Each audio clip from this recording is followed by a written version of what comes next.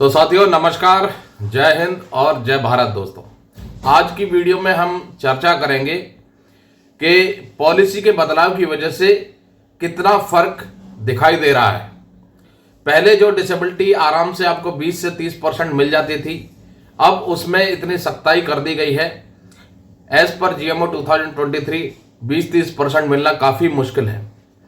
और दूसरा, जो डिसेबिलिटी की असेसमेंट है उस प्रक्रिया में भी काफ़ी बदलाव हुआ है, और जो आपकी एट्रीब्यूटेबिलिटी या एग्रावेशन डिसेबिलिटी को कंसीडर किया जाता था उसमें भी काफ़ी चेंजेस हुए हैं। तो आज हमने जो डिसेबिलिटी पकड़ी है वो है assessment of neck pain and baggage. गर्दन के पिछले हिस्से में और शरीर के पिछले हिस्से में जो दर्द होता है बैकेज में, उसकी असेसमेंट की प्रक्रिया में क्या बदलाव हुआ है उसके ऊपर चर्चा करेंगे। और आपको एज पर जीएमओ 2008 के हिसाब से असेसमेंट कैसे होती थी और जीएमओ 2023 के हिसाब से कैसे असेसमेंट की जाएगी उसके बारे में भी आज चर्चा करेंगे। तो चलिए सीधा आपको स्क्रीन पर ले चलते हैं और क्या बदलाव हुए हैं वो भी आपको दिखाते हैं।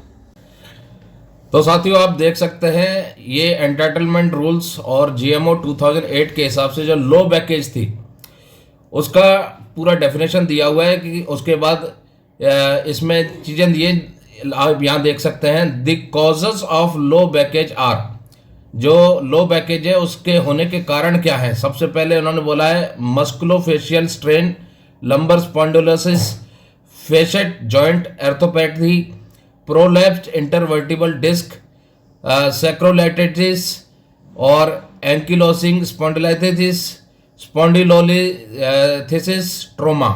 और उसके बाद जो उसकी एट्रीब्यूटेबल या एग्रावेशन की बात करें तो आप यहाँ देख सकते हैं, लिखा है post traumatic low backache will be considered attributable. Aggravation due to stress and strain of service should be considered in other cases. भाई, लो बैकेज में जो एट्रीब्यूटेबिलिटी है वो तभी कंसीडर की जाती थी जब पोस्ट ट्रॉमेटिक लो बैकेज होता था, और एग्रावेशन कंसीडर किया जाता था due to stress and strain of service की वजह से बाकी केसेस में।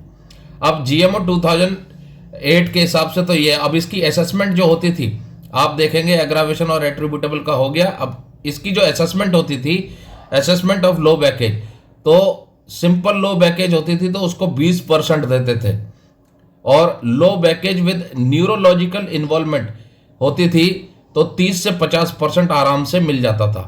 तो कहने का मतलब ये है कि जीएमओ 2008 के हिसाब से जो परसेंटेज ऑफ डिसेबिलिटी थी वो स्टार्टिंग ही 20% से थी और 30 से 50% तक दिया जाता था अगर न्यूरोलॉजिकल इन्वॉल्वमेंट होती थी लो बैकेज में। तो अब आ जाइए जीएमओ 2023 के हिसाब से आपकी जो असेसमेंट की जाएगी नेक पेन और बैकेज की, उसकी एट्रीब्यूटेबिलिटी तभी कंसिडर की जाएगी जब कोई कैजुअल या टेम्पोरल रिलेशनशिप एस्टेब्लिश किया जाएगा आपकी डिसेबिलिटी और आपकी सर्विस में।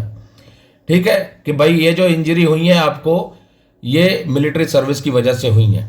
अब इसका टेम्पररी और कैजुअल कनेक्शन एस्टेब्लिश करना ही काफ़ी मुश्किल हो जाएगा। दूसरा, असेसमेंट ऑफ नेक पेन और बैकेज की जो बात हो रही है, इसमें आप देखेंगे लिखा है ए में, बैक एक neck pain without neurological deficit है तो सिर्फ 5% दिया जाएगा। ठीक है, विदाउट न्यूरोलॉजिकल डेफिसिट है आपका बैक एक या नेक पेन तो सिर्फ 5% दिया जाएगा, और जीएमओ 2008 के हिसाब से लो बैकेज था तो वो 20% था। ठीक है, उसके बाद अगर डिस्क प्रोलेप्स पर लेवल है तो उसके हिसाब से भी इन्होंने दिया है कि सर्वाइकल का है साइज 1, लंबर का 1% रहेगा। सर्वाइकल का साइज 2 है तो लंबर का 5% रहेगा। सर्वाइकल का साइज 3 है तो लंबर का 20% रहेगा।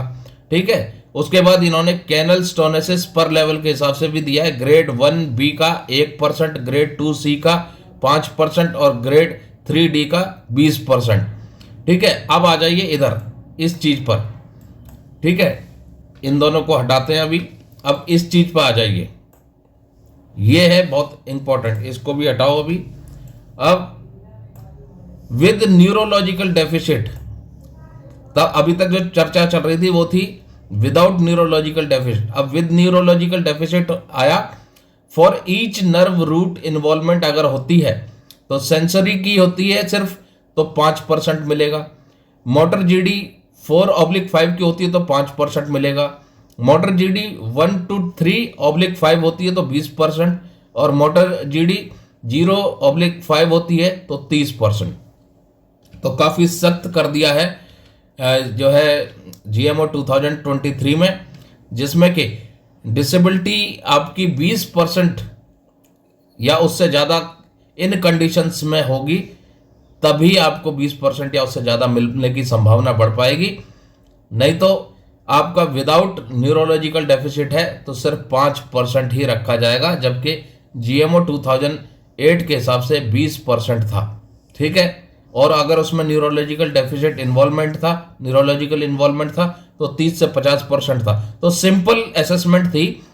ठीक है, अब यहाँ इन्होंने अलग अलग लेवल के हिसाब से दे दिया, सर्वाइकल का, लंबर का, कैनल का, उसके बाद न्यूरोलॉजिकल डेफिसिट का। तो इन सब इन्वॉल्वमेंट, ये सारे इन्वॉल्वमेंट होंगे तब अलग अलग परसेंटेज आपकी जो है रखी जाएंगी। लेकिन GMO 2008 में सिंपल था भाई, लो बैकेज है विदाउट न्यूरोलॉजिकल डेफिसिट तो 20% था, और अगर न्यूरोलॉजिकल इन्वॉल्वमेंट है तो 30 से 50% था।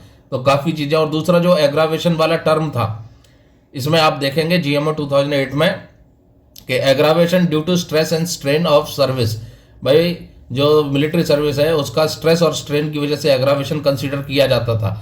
लेकिन GMO 2023 में एग्रावेशन का कॉलम ही नहीं है, सिर्फ एट्रीब्यूटेबिलिटी का है। Attributability is to be only considered if there is an established casual and temporal relationship of these condition with an injury sustain due to military service. भाई इन्होंने कहा है कि पहले तो कैजुअल या कोई टेम्पोरल रिलेशनशिप होना चाहिए इन कंडीशंस में। कहने का मतलब है कि आपकी जो इंजरी हुई है और जो आपकी डिसेबिलिटी है, उन दोनों का कोई कैजुअल कनेक्शन एस्टेब्लिश होना चाहिए, और कैजुअल कनेक्शन एस्टेब्लिश होगा तब वो एट्रीब्यूटेबल टू सर्विस मानी जाएगी। और उसके बाद फिर परसेंटेज की बात करें तो इस हिसाब से परसेंटेज रखी जाएगी। अब आ जाइए एक PPO के ऊपर। अब ये एक भाई का PPO है, आप देख सकते हैं।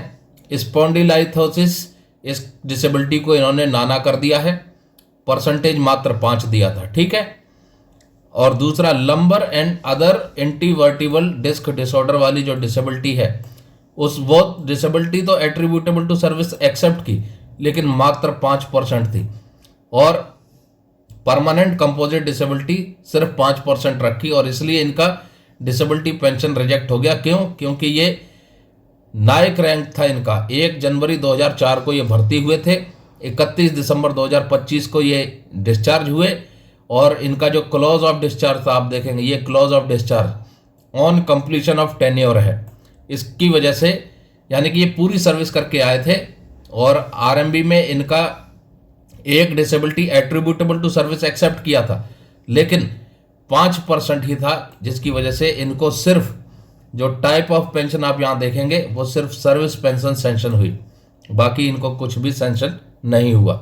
यानी कि डिसेबिलिटी जो इनकी एट्रीब्यूटेबल टू सर्विस थी उसका कोई भी बेनिफिट नहीं मिला, इसलिए इनका सिर्फ type of pension service pension ही सेंशन हुई है, जो कि सर्विस पेंशन इनकी बैठी 25,638 रुपये, और कम्यूटेशन इन्होंने लिया है तो वो कम्यूटेशन का इधर जोड़ दिया इन्होंने, इतने रुपए इनको कम्यूटेशन के मिलेंगे।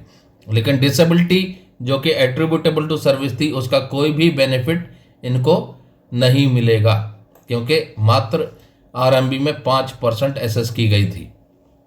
तो ये काफ़ी जो है GMO 2023 में काफ़ी सख्त हो गया है परसेंटेज ऑफ डिसेबिलिटी 20% मिलना। तो साथ ही ये केस बनता है कोर्ट में चैलेंज करने वाला, क्योंकि ये लो मेडिकल कैटेगरी जो हुए थे एज पर GMO 2008 के हिसाब से इनिशियली जो है लो मेडिकल कैटेगरी किए गए थे, लेकिन बाद में जब ये डिस्चार्ज गए उस वक्त GMO 2023 जो सिस्टम में इम्प्लीमेंट कर दिया जा चुका था, और जब ये रिलीज मेडिकल बोर्ड करा के आए तो इनका जो डिसेबिलिटी का असेसमेंट हुआ रिलीज मेडिकल बोर्ड में वो GMO 2023 के हिसाब से हुआ, जबकि लो मेडिकल कैटेगरी ये GMO 2023 इम्प्लीमेंट होने से पहले हुए थे। और उस वक्त इनिशियल जो मेडिकल बोर्ड थे इनके, उसमें इनकी परसेंटेज ऑफ डिसेबिलिटी 20% थी, और बाद में वही जो डिसेबिलिटी है वो 5% कर दी, जिसकी वजह से इनको डिसेबिलिटी पेंशन का बेनिफिट नहीं मिल पाया। तो आप भी यदि इसी सिमिलर केस से जूझ रहे हैं जिसमें कि आपका डिसेबिलिटी पेंशन रिजेक्ट हो गया, तो पक्का कोर्ट केस करें और इसको चैलेंज करें। कोर्ट केस यदि आप करना चाहते हैं तो हमारी बहुत अच्छी एडवोकेट की टीम है जो आपके केस को स्टडी करेगी, रिसर्च करेगी और कोर्ट ऑफ लॉ में चैलेंज करेगी। संपर्क करने के लिए हमारा ये नंबर है, इस नंबर पर आप हमसे संपर्क कर सकते हैं और आपके केस को आगे फिर कोर्ट में हम चैलेंज करेंगे हमारी टीम के द्वारा। नमस्कार, जय हिंद, जय भारत दोस्तों।